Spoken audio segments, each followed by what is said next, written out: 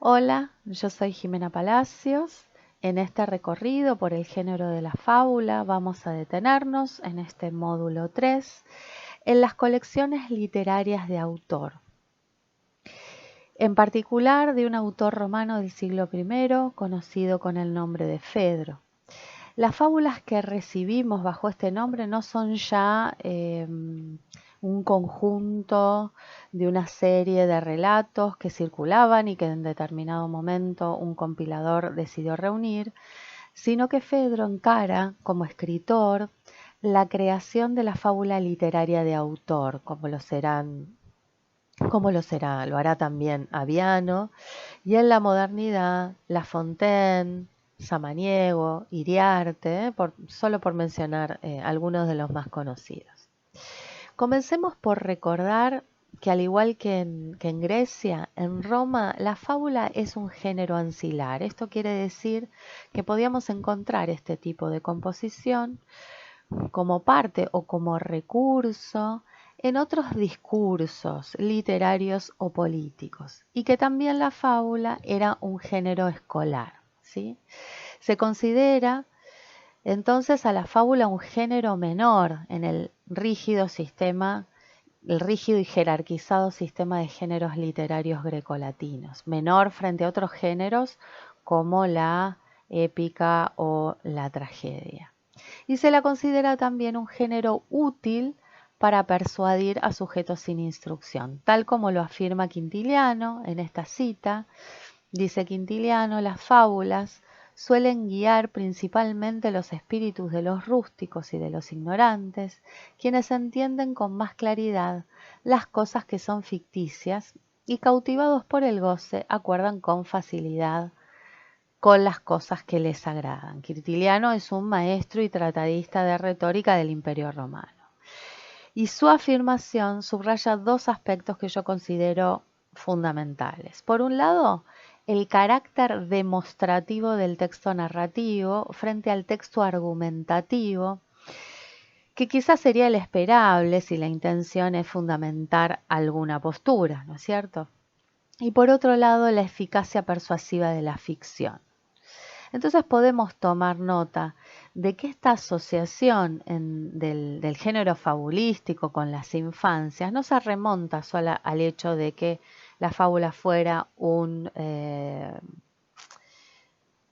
género escolar, sino también con el nivel de instrucción del auditorio.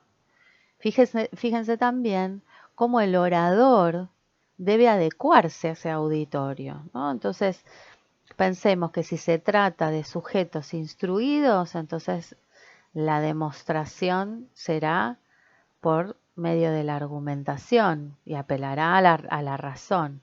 Ahora, si se trata de sujetos no instruidos, como a los que hace referencia Quintiliano, aquí rústicos e ignorantes, la demostración más eficaz será la narrativa, porque además va a explotar la capacidad de la ficción de provocar placer. Esta es una cuestión también que había sido señalada por Aristóteles, ¿no? Esta presunta sencillez del género fabulístico, vamos a ver más adelante, que va a ser fuertemente cuestionada por las fábulas de Fedro.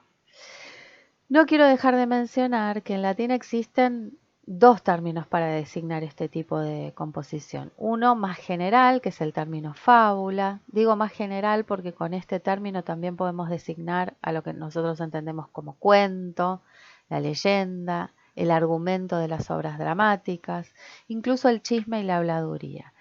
El término específico para la fábula esópica es favela. Bueno, como vemos en la portada de esta edición del año 1778, de Fedro ha llegado hasta nosotros una colección de 5 libros de fábulas que el autor designa como esópicas, esto es, al estilo de Esopo, y un apéndice de nuevas fábulas. Bueno, pero ¿quién fue Fedro?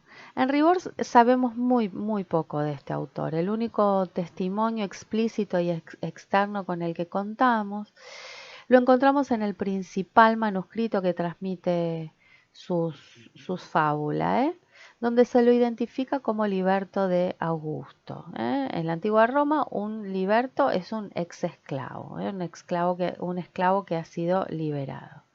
Y con el nombre de Augusto hacemos referencia a Octavio Augusto, ¿sí?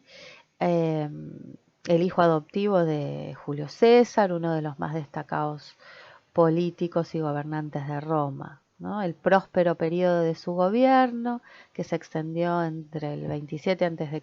y el 14 después de Cristo, se conoce como Principado Augustal, una etapa de florecimiento del arte y de la literatura, ¿no? La edad de oro de las letras latinas. Entonces decimos, este es el único dato externo, explícito y externo con el que contamos de Fedro, esta identificación que lo identifica como liberto de Augusto. ¿Por qué no obtenemos datos sobre Fedro de otras fuentes, ya que los autores contemporáneos no mencionan a Fedro ni a su obra? Sí lo hará Aviano, pero muchos siglos después, entre el siglo IV y el siglo V. Quiere decir que todos los demás datos biográficos se derivan de su propia obra. La crítica los deriva de su propia obra. De lo que el yo poético, del yo fabulista, podríamos decir, lo que el enunciador, ¿no?, dice en sus fábulas, sobre todo en los prólogos y en los epílogos. Ahora nos vamos a referir a los prólogos y a los epílogos, en especial en el prólogo al libro tercero. A partir de ese prólogo y de otras autopresentaciones más dispersas que hace Fedro en sus fábulas, se reconstruye y se infiere que ha nacido en Tracia, que es conducido a Roma como esclavo de guerra, que ingresa a la casa de Augusto, que se convierte en liberto y que luego es objeto de persecución política por parte de un ministro de Tiberio. Tiberio es el emperador que sucede a Augusto, ¿no? A este personaje lo nombra en sus fábulas, en especial en el libro tercero, en el libro tercero, en el prólogo del libro tercero, y es perseguido político por causas que desconocemos. Luego este personaje sejano caerá en desgracia y más tarde Fedro muere entre los años 51 al 60 después de Cristo. En cuanto a la obra, hay consenso en datar la sucesiva publicación de los 5 libros que integran esta obra durante los reinados de Calígula, Claudio y Nerón. La obra de Fedro lleva el título de Fábula. Está constituida, como dijimos, por 5 libros. Estos 5 libros son de dispar extensión y suman un total de 94 fábulas. A cada uno de estos libros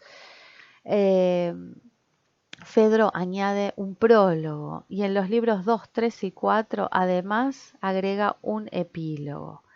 Este corpus se transmite por el principal de los manuscritos que mencionamos recién.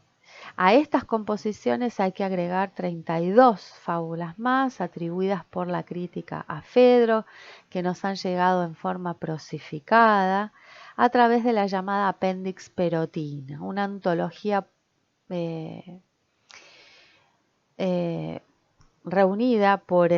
compilada por Nicolás Perotti, un humanista, y derivada de una fuente presuntamente más completa que este códice.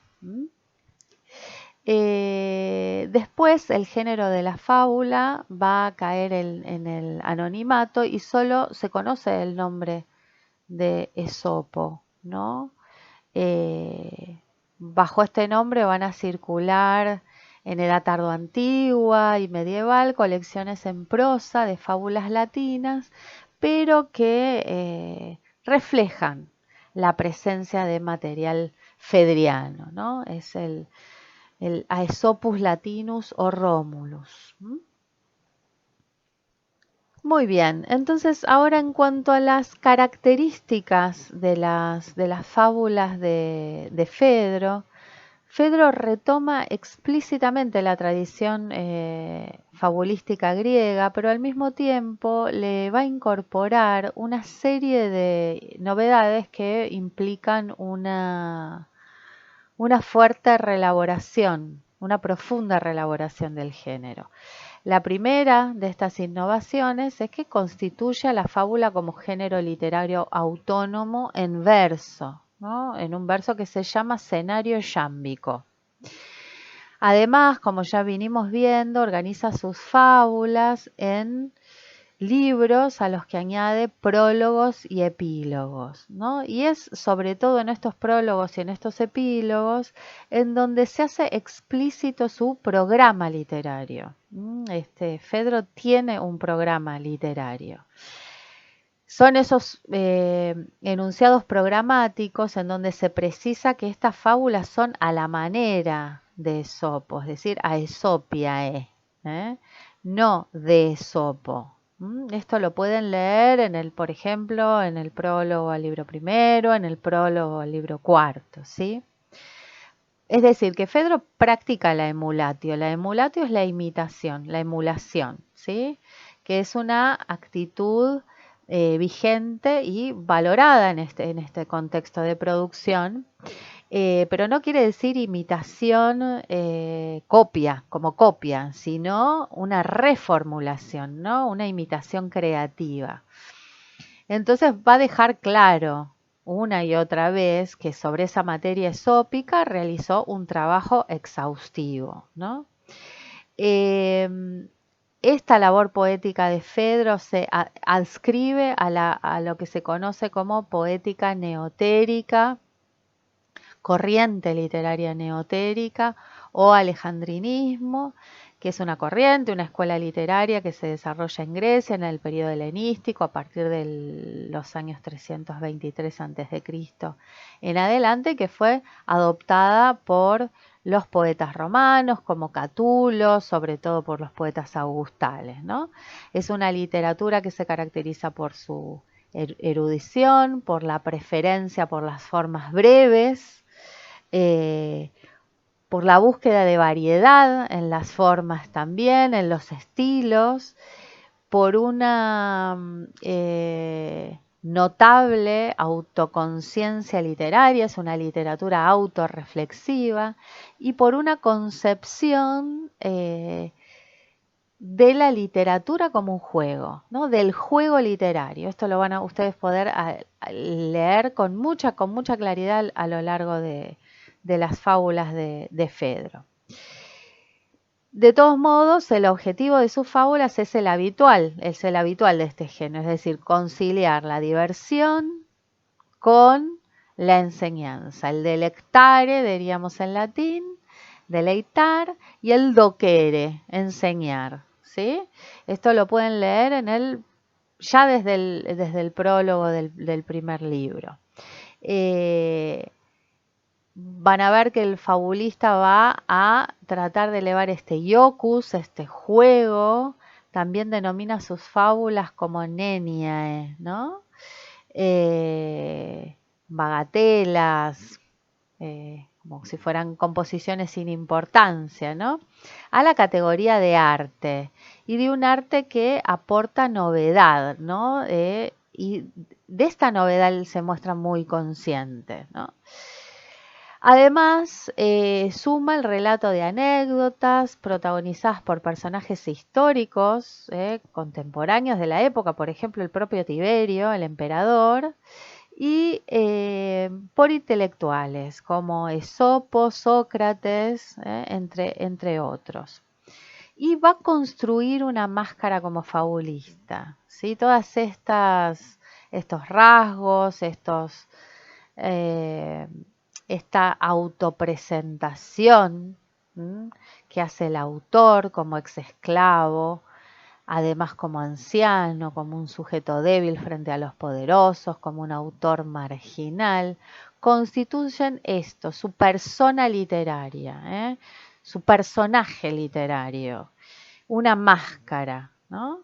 Habíamos visto que hay una fuerte inscripción del sujeto de la enunciación en el enunciado. Hay una voluntad autorial que se hace manifiesta a lo largo de todo el corpus, propia también de esta corriente del alejandrinismo y que va a distinguir la fábula de Fedro de la tradición fabulística anterior.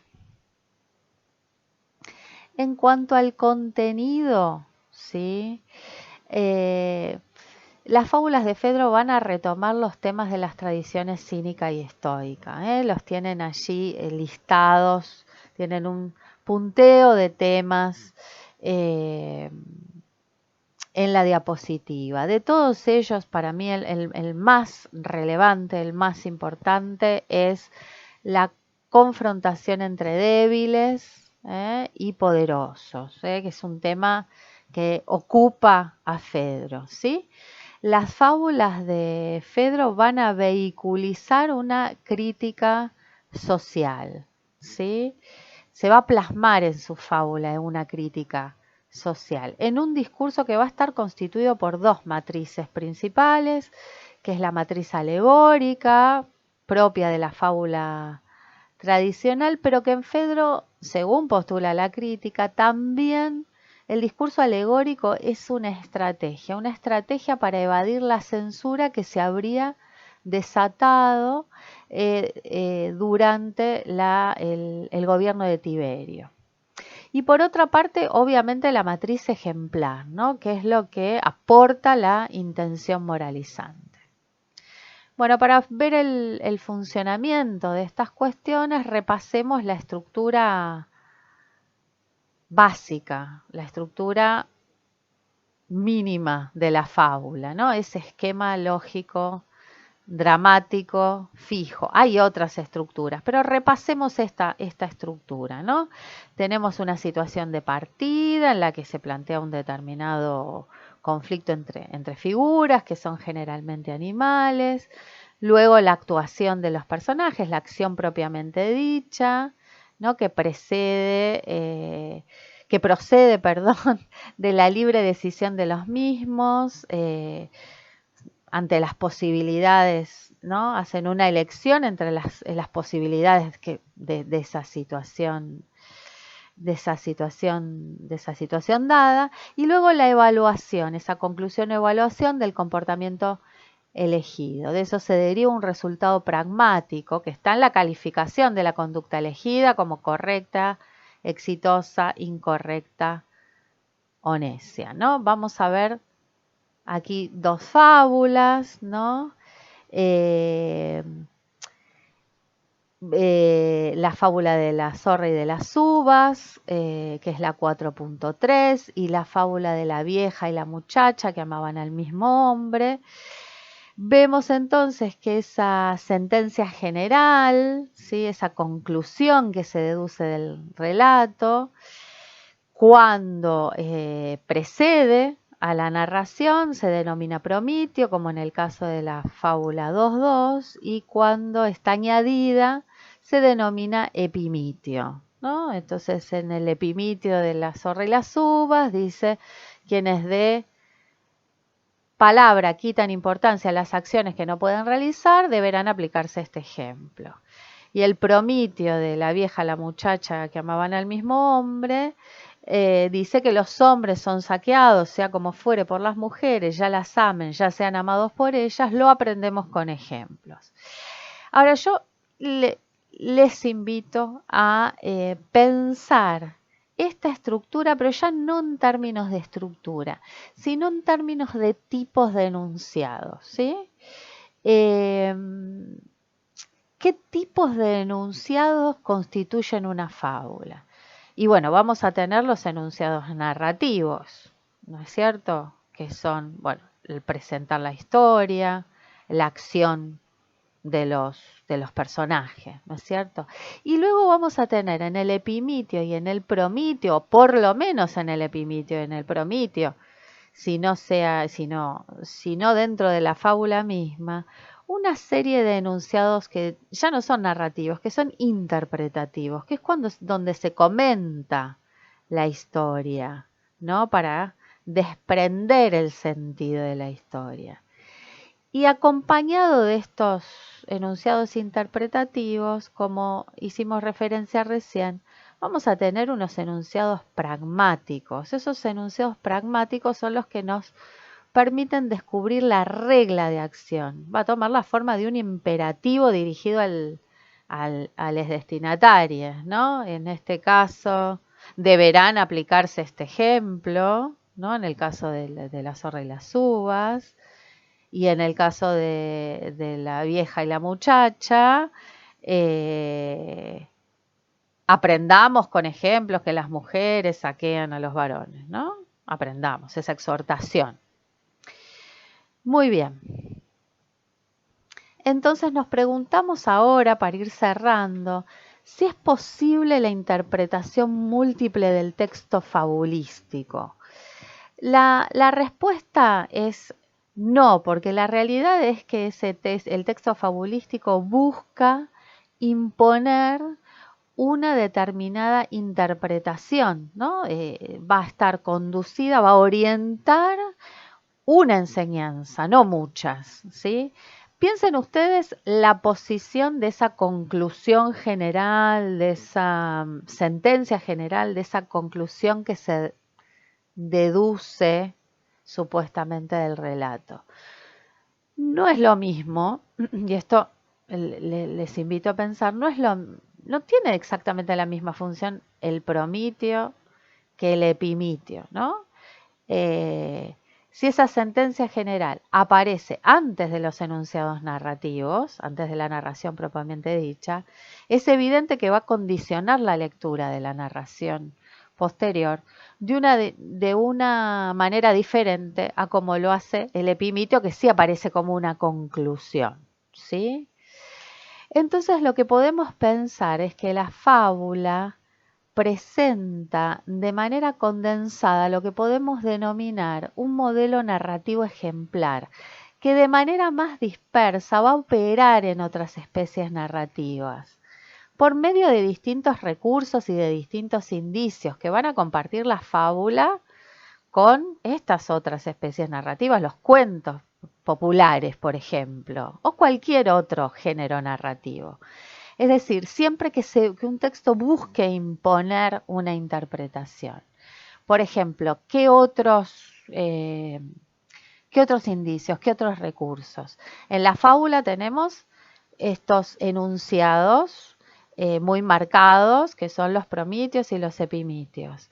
Pero también en un relato que no tiene moraleja, ¿sí? Que no tiene esa explicitación de la enseñanza o del sentido que se busca imponer, muchas veces las interpretaciones, y esto ocurre también en la fábula, las interpretaciones están vehiculizadas por medio de algún personaje. Hay algún personaje que funciona como, podemos llamarlo, interpretante de la historia, que guía al lector en la interpretación que debe realizar de esa historia que se está contando.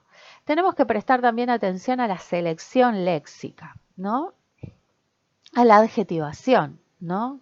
A los epítetos valorativos de las acciones, de los personajes, a otro tipo de valoraciones que pueden expresarse en primera persona o muchas veces, como ocurre en la fábula, con la primera persona del plural, incorporando al lector esa misma interpretación.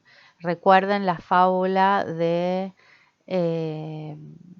la vieja, la muchacha que amaban al mismo hombre, ¿no? Aprendamos, ¿no? Aprendamos que los varones son saqueados, dice.